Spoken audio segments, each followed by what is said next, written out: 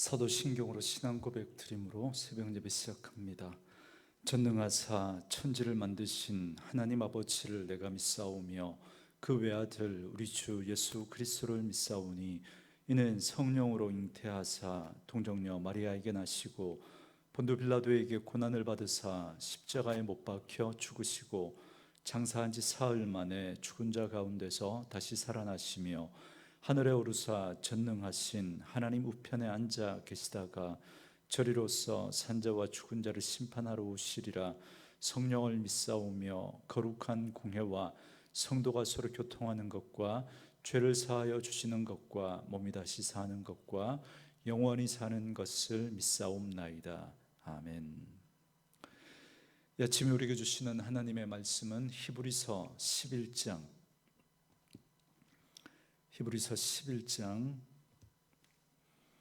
23절에서 31절 말씀까지입니다. 히브리서 11장 23절에서 31절 말씀까지 말씀 찾으셨으면 한 목소리로 같이 읽습니다. 믿음으로 모세가 났을 때 그 부모가 아름다운 아이임을 보고 석 달 동안 숨겨 왕의 명령을 무서워하지 아니하였으며 믿음으로 모세는 장성하여 바로의 공주의 아들이라 칭함받기를 거절하고 도리어 하나님의 백성과 함께 고난받기를 잠시 죄악의 낙을 누리는 것보다 더 좋아하고 그리스도를 위하여 받는 수모를 애굽의 모든 보화보다 더 큰 재물로 여겼으니 이는 상 주심을 바라봄이라.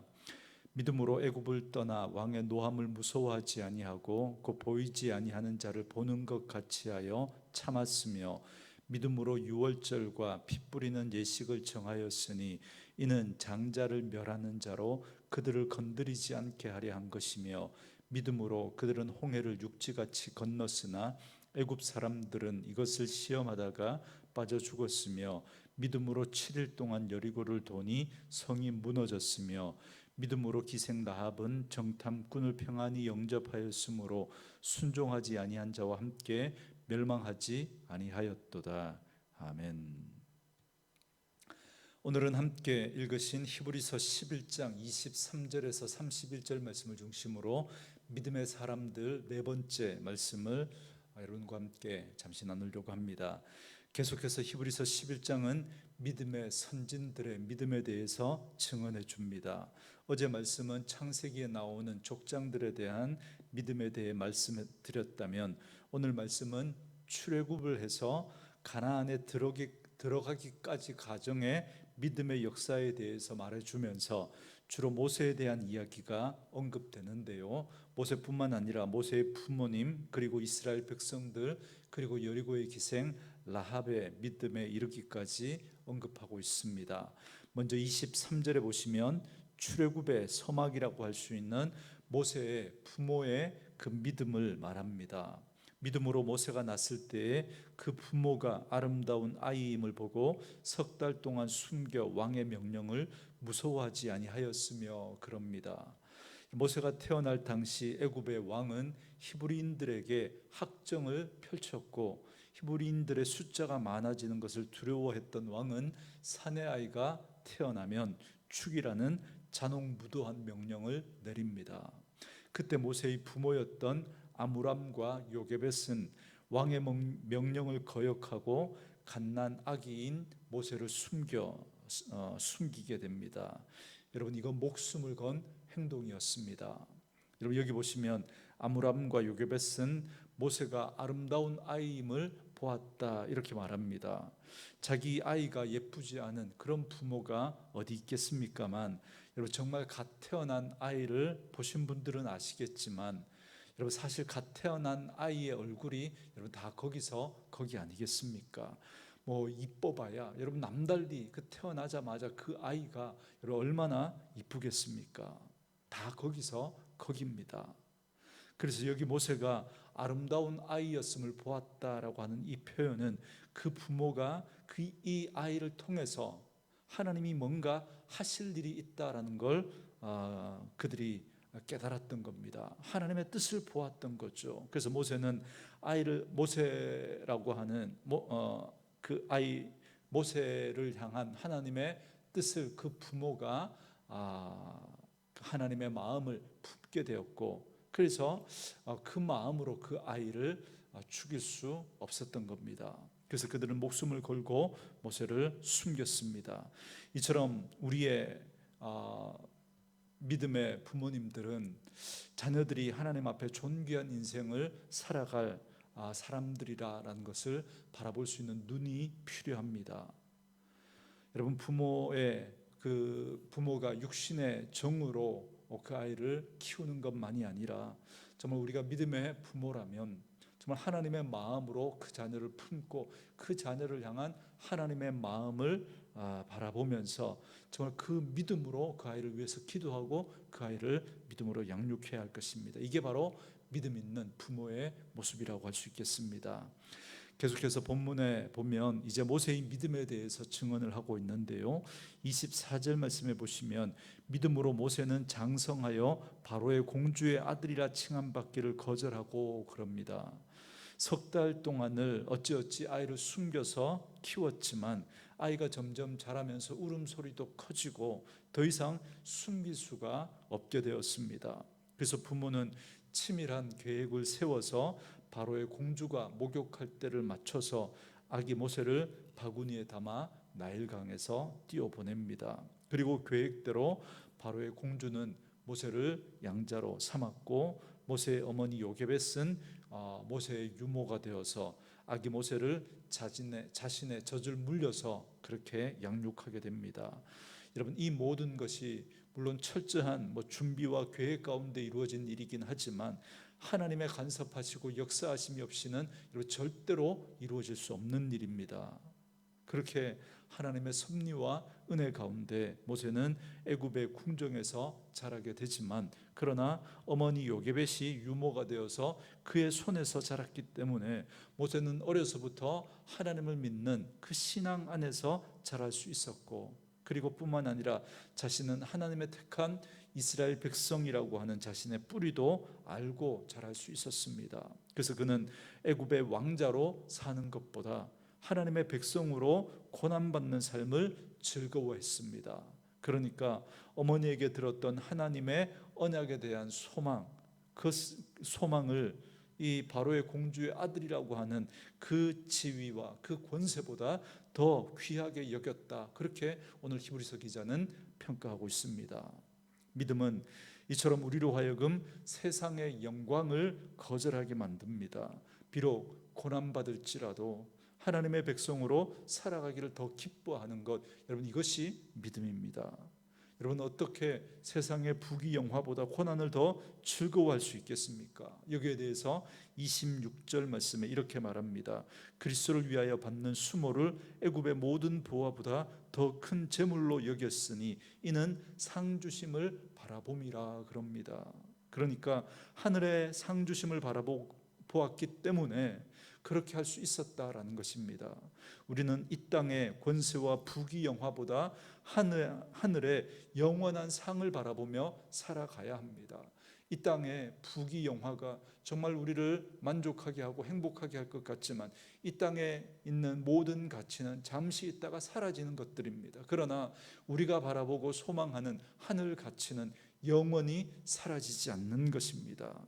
그래서 모세는 이 땅의 부귀영화보다 하늘의 영원한 그 상을 바라보면서 이 땅에서 하나님의 백성과 함께 고난받기를 선택했던 것입니다. 그래서 모세의 믿음은 하늘의 상을 바라보는 믿음이라고 그렇게 말할 수 있습니다. 계속해서 27절 말씀해 보시면 믿음으로 애굽을 떠나 왕의 노함을 무서워하지 아니하고 그 보이지 아니하는 자를 보는 것 같이 하여 참았으며 그럽니다. 모세는 믿음으로 애굽을 떠났다 그럽니다. 이건 모세가 이스라엘 백성들을 이끌고 출애굽한 사건을 말하는 겁니다. 출애굽 사건은 이스라엘 백성들을 애굽의 노예로부터 해방한 사건입니다. 그러나 200만이 넘는 그 사람들을 데리고 광야로 나아간다는 건 여러분, 웬만한 믿음이 있지 않으면 결코 할 수 없는 일입니다. 마치 아브라함이 갈 바를 알지 못하고 떠났던 것처럼 400여 년 동안 살았던 삶의 터전을 버리고 무작정 광야로 나아간다는 건 여러분 이건 자살 행위와도 같거든요. 믿음이 없이는 정말 하나님이 함께 하시고 하나님이 그들의 삶을 인도하신다라고 하는 그 믿음 없이는 결코 할 수 없는 일입니다. 그리고 무엇보다 애굽 왕 바로가 순순히 보내줄 리가 없습니다. 그런데 모세는 담대히 바로와 맞서서 결국 출애굽을 이끌어내었습니다. 여러분 이건 믿음이 아니면 불가능한 일입니다. 그렇다면 이 믿음은 또 어떤 믿음입니까? 27절 끝부분에 이렇게 말합니다. 왕의 노함을 무서워하지 아니하고 곧 보이지 아니하는 자를, 다시 말하면 하나님을 말하는 거죠. 하나님은 영이시기 때문에 결코 우리 눈으로 볼 수 없습니다. 그 보이지 아니하시는 하나님을 보는 것 같이 하는 믿음이었다, 이렇게 말하고 있습니다. 보이지 않는 하나님을 보는 것 같이 하는 믿음이랍니다. 우리가 이 땅을 살아가면서 사실 보이지 않는 하나님보다 눈에 보이는 사람을 더 두려워하고 사람을 더 의지하기 마련입니다. 그러나 진정한 믿음은 눈에 보이지 않는 하나님을 더 두려워하고 하나님을 더 의지하는 것입니다. 이것이 여러분 진정한 믿음이라고 할 수 있겠습니다. 모세에게 이 믿음이 있었기 때문에 그는 광야를 향해서 나아갈 수 있었던 것입니다. 보이지 않지만 그와 함께 하시는, 그 이스라엘 백성들과 함께 하시는 하나님을 그는 믿었던 것입니다. 그리고 우리가 믿음으로 살고자 하면 반드시 여러분 애굽을 떠나야 한다라고 하는 이 사실도 분명히 기억해야 합니다. 여러분 우리가 떠나지 않고 우리가 하나님을 알지 못했던 그 삶의 방식, 그것을 여러분 우리가 버리지 않고 떠나지 않고 그대로 믿음을 가진다는 건 있을 수 없습니다. 믿음의 시작은 떠나는 것입니다. 옛 삶의 방식을 버리는 것입니다. 하나님을 의지하지 않고 살았던 그 삶의 방식 떠나는 것입니다. 여러분 그렇기 때문에 우리가 예수를 믿는다고 하면서도 여전히 세상의 것을 소망하고 세상의 것을 사랑하고 세상의 방식을 고집하면서 그냥 교회만 다닌다는 것, 결코 그건 믿음의 삶이 아닙니다. 믿음은 떠나는 것입니다. 여러분 우리가 세상의 방식을 내려놓고 우리가 하나님의 말씀, 하나님의 방법, 하나님의 패턴을 따라간다는 건 여러분 이건 정말 참으로 두려운 일입니다. 그렇게 하면 망할 것 같거든요. 그렇게 살면 바보 취급받을 것 같거든요. 그렇게 살면 손해볼 것 같거든요. 그러나 믿음은 그런 두려움을 이겨내고 세상과 단호히 결별하는 것입니다. 그것이 믿음입니다. 오늘 모세가 보여줬던 믿음이 바로 그 믿음이었습니다. 또 모세는 유월절 예식을 정하였습니다. 28절 말씀에 믿음으로 유월절과 피 뿌리는 예식을 정하였으니 이는 장자를 멸하는 자로 그들을 건드리지 않게 하려 한 것이며, 그럽니다. 출애굽 전날 밤에 하나님은 애굽 땅에 있는 모든 짐승과 사람 할 것 없이 모든 장자를 쳐서 죽게 하셨습니다. 이때 이스라엘 백성들의 집은 죽음의 사자가 패스오버, 넘어갔습니다. 그래서 유월절이라고 하죠. 유월이라고 하는 이 말이 넘어간다라는 뜻입니다. 이때 죽음의 사자가 넘어가느냐 마느냐 하는 것은 어떻게 결정됩니까? 하나님의 말씀에 순종해서 어린 양의 피를 그 문에 바르느냐 그렇지 않느냐입니다. 이스라엘 사람들도 이 명령을 무시하면 장자가 죽임을 당했습니다. 그러나 애굽 사람 가운데서도 하나님을 두려워하여 이 명령을 지킨 사람들은 죽음의 사자가 넘어갔습니다. 그러므로 유월절 피 뿌리는 예식을 정하는 믿음은 여러분 어떤 믿음입니까? 하나님의 말씀을 믿고 순종하느냐 그렇지 않느냐라는 것입니다. 더 정확하게 말하면 하나님의 약속의 말씀을 따라 어린 양의 피를 믿고 의지하느냐 그렇지 않느냐입니다. 오늘 우리의 구원도 동일합니다. 다른 것이 아닙니다. 하나님이 우리를 위해서 내어주신 예수님의 그 십자가의 보혈의 공로를 믿느냐 믿지 않느냐입니다. 거기에 생명과 죽음이 나누어지고 천국과 지옥이 나누어지는 것입니다. 그러므로 유월절 규례를 정하는 믿음은 바로 하나님의 구원을 믿는 믿음입니다. 또한 본문 29절에서 31절에서는 출애굽해서 가나안에 입성한 이스라엘 백성들의 믿음을 말합니다. 그들이 홍해를 건너고 여리고성을 7일 동안 돌고 여리고의 기생 라합이 정탐꾼을 영접한 이 모든 일을 믿음의 사건이라고 증언하고 있습니다. 여러분, 먼저 홍해를 건넌 사건을 여러분 홍해에 빠져 죽은 애굽 군대와 비교해서 믿음의 사건이라고 말하고 있습니다. 여러분, 홍해를 건너는 것이 왜 믿음입니까? 그것은 하나님이 그들에게 열어주신 길이라는 사실을 믿었기 때문입니다. 여러분, 애굽의 군대의 눈에는 여러분 그게 무엇으로 보였겠습니까? 단지 신기한 자연현상처럼 그렇게 보였을 겁니다. 결국 애굽인들은 그래서 그 홍해 바다로 뛰어들었다가 결국 죽임을 당했습니다. 그러나 이스라엘 백성들은 무사히 건넜던 것이죠. 믿음이란 우리의 인생길을 하나님이 인도하시는 것입니다. 우리의 인생길이 그저 우연이나 여행처럼 그렇게 이루어지는 것 같지만 그렇지 않고 우리의 인생길을 하나님이 붙들고 계시고 하나님이 인도하고 계신다라고 하는 이 사실을 믿는 믿음이 여러분 우리에게 필요한 것입니다. 이것이 진정한 믿음의 길입니다. 또한 이스라엘은 가나안의 첫 전투 때 여리고성을 7바퀴 돌았습니다. 여러분, 세상에 이런 이상한 전쟁이 또 어디 있겠습니까? 어쩌면 여리고성을 도는 이스라엘 백성들도 여러분 그렇게 황당하기 짝이 없었을 것입니다. 그러나 그들은 하나님의 명령에 순종해서 여리고성을 돌았고 여리고성은 마침내 무너져 내렸습니다. 믿음이란 이처럼 순종하는 것입니다. 여러분, 순종이 왜 어렵습니까? 순종 그 자체는 여러분 결코 어렵지 않습니다. 여리고성 하루에 한 바퀴, 그리고 마지막 7째 날 7바퀴 돌고 소리를 지르는 것, 여러분 뭐 그렇게 어렵겠습니까? 그러나 그것이 어려운 이유가 여러분 우리의 생각에는 그렇게 하면 안 될 것 같거든요. 그래서 믿음은 내 생각을 끄집어내고 하나님의 생각을 집어넣는 겁니다. 그리고 순종하는 것이죠. 그럴 때 믿음은 역사하는 것입니다. 그리고 마지막 여리고 기생 라합입니다. 그녀는 여리고 백성으로 동족을 배신하고 여리고성을 영탐하러 온 그 이스라엘의 첩자를 숨겨주었습니다. 이 일을 본문은 믿음의 사건으로 증언하고 있습니다. 왜냐하면 그녀가 이렇게 한 건 하나님만이 참 하나님이라고 하는 그 사실을 알았기 때문입니다. 어쩌면 그녀는 가족도 동족도 버린 그런 비정한 여인이라고 할 수 있습니다. 그러나 참된 믿음은 무엇입니까? 하나님 편에 서는 것입니다. 세상 사람들 모두가 맞다고 해도 아닌 건 아닌 거죠. 여러분, 거룩이라고 하는 것이 무엇입니까? 세상과 구별되는 것입니다. 여러분, 세상 사람들이 사는 그 삶의 방식, 그 방향을 따라가면 편합니다. 여러분, 손가락질 받을 이유가 없습니다. 왕따를 당하지도 않을 수 있습니다. 이상한 사람 취급받을 일도 없습니다. 손해볼 일도 없습니다. 그러나 믿음은 하나님 편에 서는 것입니다. 세상이 다 그렇게 한다고 할지라도 하나님이 이렇게 해야 한다고 말씀하시면 이 길을 선택하는 것, 그 하나님의 편에 서는 것, 그것이 믿음입니다.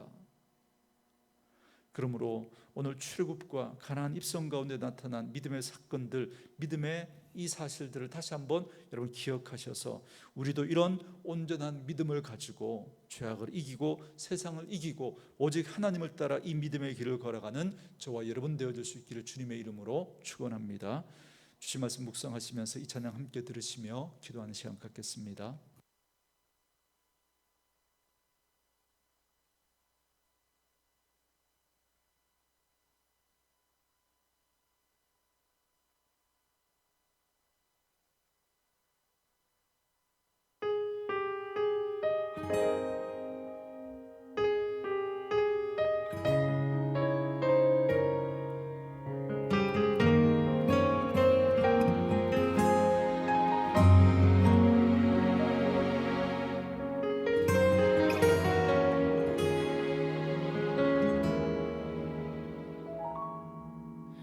주님, 제 마음이 너무 둔해서 주님을 볼 수 없습니다. 이 땅에 속하여 이 땅만 보다가 주님 손을 놓쳤습니다. 나는 나그네로 왔는데 왜 주저앉게 되었나.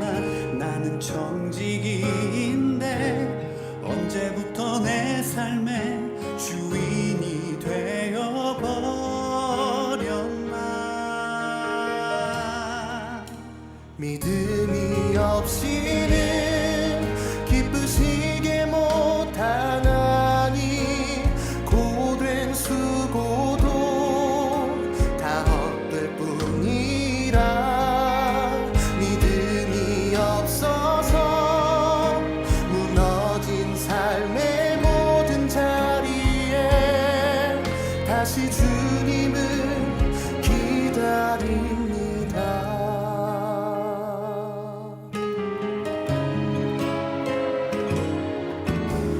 주님, 제 마음이 너무 둔해서 주님을 볼 수 없습니다.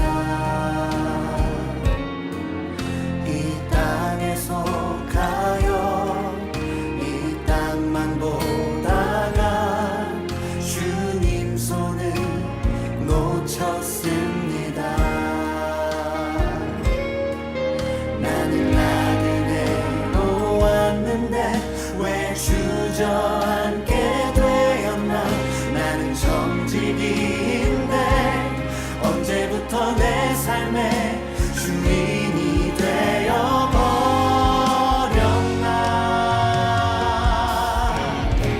믿음이 없이는 기쁘시게 못하나니 고된 수고도 다 헛될 뿐이라. 믿음이 없어서 무너진 삶의 모든 자리에 다시 주님을 기다립니다. 믿음이 없이는 기쁘시게 못하나니 주를 찾는 자 반드시 만나리. 믿음이 없어서 무너진 삶의 모든 자리에 다시 주님을 기다립니다. 다시 주님을 기다립니다. 다시 주님을